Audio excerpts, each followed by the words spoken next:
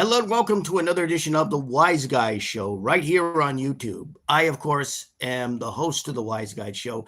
I'm not a wise guy, but for all intents and purposes, while I'm on YouTube, I fill the role. Anyway, here with week 15 of NFL action. Week 15 is a bit of a big week in some respects because a couple of teams have already clinched playoff berths. They're already in the playoffs.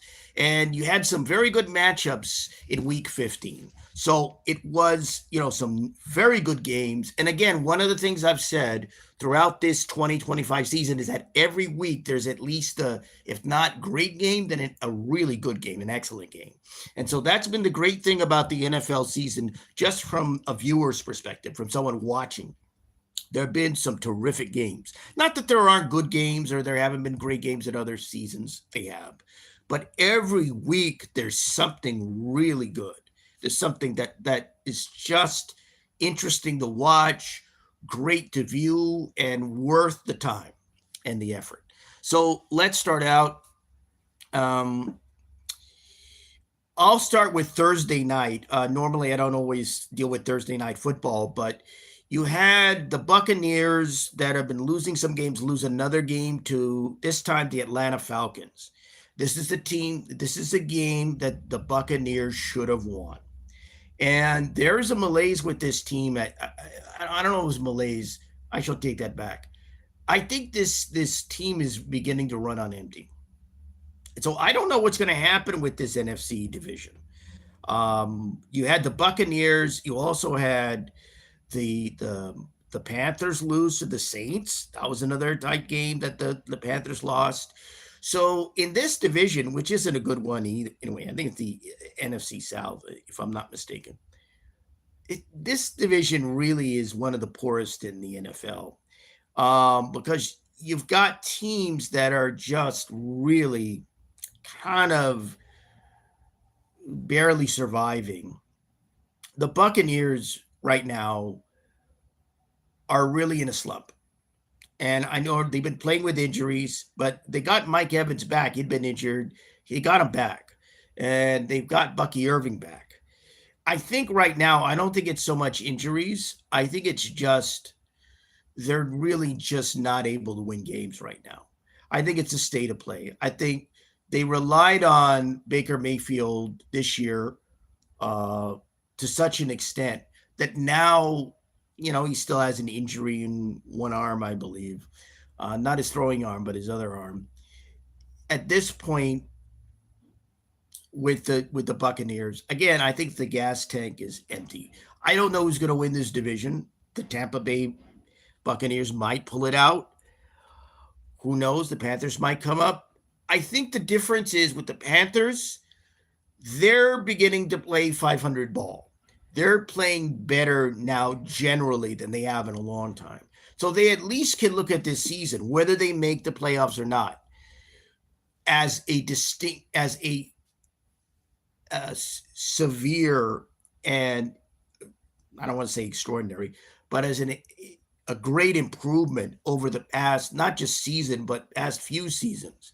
This is a team that's kind of been cellar dwellers or living in the lower depths of the NFL standings. And now they're at a point where they could be at the top of the standings in one division. Will they do it? I don't know. But the Buccaneers, it's hard to see who's going to win this division. Right now, the Buccaneers are out of gas. And they still have to play Carolina. I hate to see what that game is going to be like. Moving on from that, rather, if you're a Buccaneers fan, you're probably let down, but you still have some hope. There's no hope for the Chiefs. Their season is over. I said before that the Chiefs, who I call the NFL version of what the Cincinnati Reds were called in the 70s, the Big Red Machine. What I've said about the Big Red Machine is that it's now the Big Dead Machine. And my prediction appears to have come true. Not only did the Chiefs lose to the Chargers on a fairly close contest, but they lost Patrick Mahomes, their QB1. And he's going to be out with an ACL tear, probably into next year. There's, I think the prognosis on those injuries is takes anywhere from 9 months to 12 months rehab and getting yourself back in uh, some kind of shape with an injury like that in terms of rest as well. So the Chiefs are not only numerically out of the playoffs, they're officially out of the playoffs. And what that means is a finally a pure, clean AFC slate of playoff games where we don't have the big red machine involved in any of them. There's no dynasty this year. There's no return ticket for I call a team that has been, to me, one of the worst, one of the biggest blights on the NFL. The Kansas City Chiefs are one of the biggest blights of the NFL. They're a team that have been nothing but a inconvenience for good football, despite their pattern of play. Yes, at times they played very well, but the reality is the Kansas City Chiefs are what I call the evil empire of AFC football, and they're a team that have kind of ruined the AFC for the past few years, just like the New England Patriots ruined the AFC for years. Um, So, as far as I'm concerned, the problem is that unlike other dynasties in the past, there's this there is a sense of inevitability and of irritation. I think these are I think the Chiefs are a team that have just been the bête noir of not only other AFC teams, but of good football and a decent, of having a football in general of the NFL. So I'm very happy to say that the Chiefs will not be in the playoffs. Um, I guess that means that that the referees will have to actually, you know, well, I don't want to get into the referee issue, but I'll just leave that as it is. But the fact that the Chiefs lost, again, the playmakers weren't playing. You saw that in game with the Texans where Kelsey ended up getting intercepted. Now he did had a better game here against the Chargers, but what you're seeing is the Chiefs collapse, and the collapse is now total. This is a team that was a shell of its former self. They were a shell of its former self even in the Super Bowl. That's where I think the rot started and where it's continued into this season. The games that they were winning last year, they're not winning now. And and they've demonstrated that I think that their offense is was occasionally effective, but is largely ineffective. I think this is a team that's just I think they're hungry for glory and they've had enough glory. They're greedy. They always want to get to the Super Bowl. Now I understand that teams always want to make it to the Super Bowl. That's logical. But the reality of this team is that they're a menace. This is they're a team that ruins the AFC. And so it is nice that the AFC for once will now be clean, will now be pure, will now be pristine since the Kansas City Chiefs will not be in the playoffs this year. Best news that you could get if you are if you're an NFL fan out there, and even if you're into the AFC. Now, looking at some other games, I think this was an interesting game. Well, the game itself wasn't interesting, but it was a development that was interesting. The Ravens had a get back game against the Bengals. I didn't expect the Bengals to be shut out by the Ravens. The Ravens played probably their best game. I think it's the best game of the year for them. And they're another team that really should not be in the playoffs. They shouldn't even be talked about in regards to the playoffs. Hi to those in the chat. They should not even be discussed when it comes to the playoffs. The Ravens are a lackluster team. Now, Lamar Jackson actually looked better in this game. He was able to run, pick up a couple of first downs. he looked better in this game than he has the past several weeks. But this is a Ravens team that's also done, much like the Kansas City Chiefs. But they don't want to acknowledge it, or they don't want to admit it, and of course they won't. NFL teams never do. But this is a team that doesn't need to be in the playoffs, and they've been hyped up just like the Chiefs were hyped up by the professional sports media and pundits and prognosticators out there. And they played their best game against the Bengals. With the Bengals, the talk is Joe Burrow wants to leave. I don't blame him. This is a team that he's had to basically place on his back, and I think he's reached a point where he can't do that anymore. Not just because of the injuries. I think it's just because of the structure of the team. You have a piss poor defense, admittedly has played better than in the past couple of weeks than it did previously. And an offense that's good, but it's not enough. And so I don't know. I look at Joe Burrow. I think he should consider a trade or free agency if he's up. I don't know what his contract is. Moving on.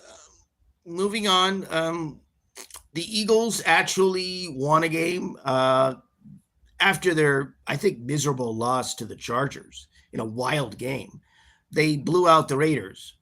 And I think the Eagles got lucky because of the schedule. And they needed that game. They needed to win. But I look at this team, and the talk has been with the Eagles that they have something called a positivity rabbit in their locker room or in their facilities. Now, if this is indeed true, that positivity rabbit, as over the past few weeks, looked more like Donnie Darko, the rabbit from, I think that's the name of the rabbit in the movie Donnie Darko. So that rabbit has been Donnie Darko. I guess with this win over the Raiders, I could talk about this, the Raiders, but why bother? You know what the problems are. Offensive line. The quarterback play has maybe gotten a little better, but it was Geno Smith. He's not in. It's Pickett who's in.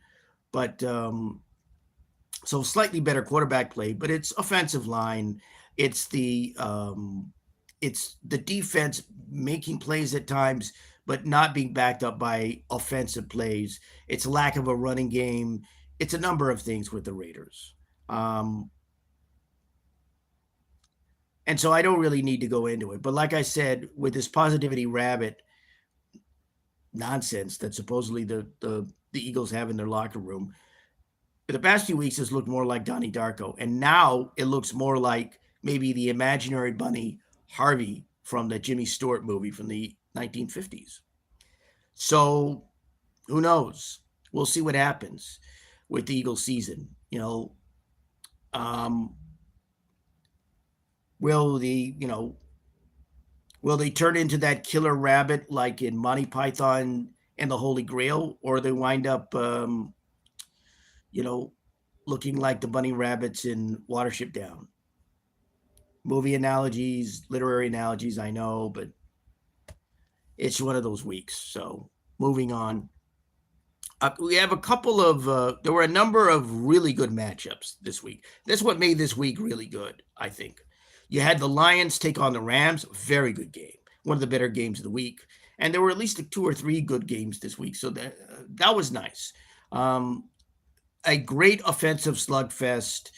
You have 2 teams getting to the end zone. I think Devontae Adams is injured, so that's a big loss. But the Rams managed to pull out the win against the Lions, and they secured the playoffs. So they're now in the playoffs. And they're going to be, I think they're scheduled to play the Seahawks next week. Another great game, another potentially great game. Speaking of the Seahawks, they actually beat the Colts. That was another pretty good matchup, even though it had a 44-year-old quarterback at the helm, Phillip Rivers. And I have to say this to not only the Indianapolis Colts, but the NFL in general. Are you guys out of quarterbacks in the NFL? Is there no one under the age of 40 that can play, that isn't playing as a backup somewhere or being benched or anything? Do you really have to go with someone who's been retired for 5 years? I don't know if the owner and the coaching staff were watching the movie The Natural with Robert Redford and got inspired. But, that's real life, REEL life, not real life, REL life. In real life, when Philip Rivers won the game, he had some nice throws and he did pretty well. But ultimately, the game ended for him on an interception, which is the way it should, because he's 44 years old and he's been retired for 5 years. He needs to stay on the couch and not sit on the bench getting ready to play. Let Philip retire. That's my point. Let Philip retire. I think it's indicative of the NFL that they had to go with a retired quarterback who hadn't thrown a ball, taken a snap in 5 years to guide a team that was at one point, one of the best in the AFC and is still on a playoff hunt. Anyway, the Seahawks won this game actually with no touchdowns. They couldn't get in the end zone. They had to settle for field goals. So I don't know if that's a worrisome factor, but the Seahawks, I think, showed a bit of versatility. They're able to win a game without being able to get in the end zone, be able to get in the red, as I call it, and they were able to beat the Colts in a pretty close contest. Another great matchup, I think, was the Bills-Patriots. And the Patriots were looking to win their division. And the Bills came back after about 3 scores. I think it was about 3 touchdowns and won this game. And I think when you look at the Bills now, the onus is now on them in the AFC. The Chiefs will not be around to spoil their December or their January, well, really the January. They've got the field to themselves. If, they're probably going to be a wild card team. But who knows? Maybe they'll win the division. We'll see what happens. But I doubt it. They'll likely be a wild card team. But I think the onus is on the Bills. People have said, some of these pundits have said, it's their year. Well, you don't have Kansas City to ruin it for you. It's up to you at this point. Yes, you're going to have some contenders like the Patriots, like the Broncos, like the Chargers, possibly if they make it to the playoffs. But it's up to Buffalo right now. It's their, it can be their year, whether it will be or not. This was a terrific contest, a terrific back and forth. And the Bills have shown in some games recently, that they can play to a standard. They can play to a standard that will net them well in the playoffs. They did a really good game against the Buccaneers. They had a good game against the Bengals, and they've had a good game against the Patriots here. And more importantly, I think the defense of Buffalo has stepped up a bit, and they made plays. And they've come down from, they had to do it again. They did it in game 1 of this season against the Ravens. Came back in a great game, fantastic game. So we'll see what happens.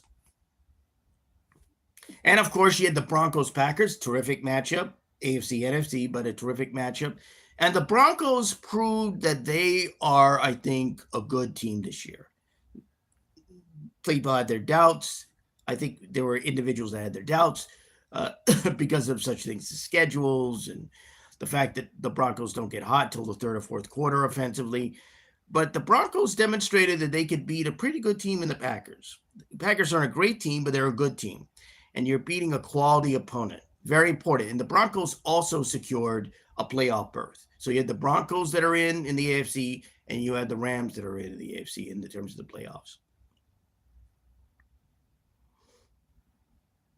Finally, let me just note that I wanted to make a note about, I mentioned the Panthers a little earlier. They lost to the Saints. This was an opportunity for Carolina to advance in that division and even possibly try to win the division, or at least get to a position where they could. Whether they will or not, I don't know. But they had a chance, and they were beaten by the Saints. The Saints have played well at times this year. It's been very interesting with the Saints. They played well at times. They haven't won a whole lot of games, but with Tyler Shuck, I guess his name is pronounced. He's proving that he's got skill, he's got some talent, and he can possibly win a game or two at least. I don't know what a full season will prove with him, but it's a possibility with this team. In any event, that's it for this edition of the Wiseguy Show.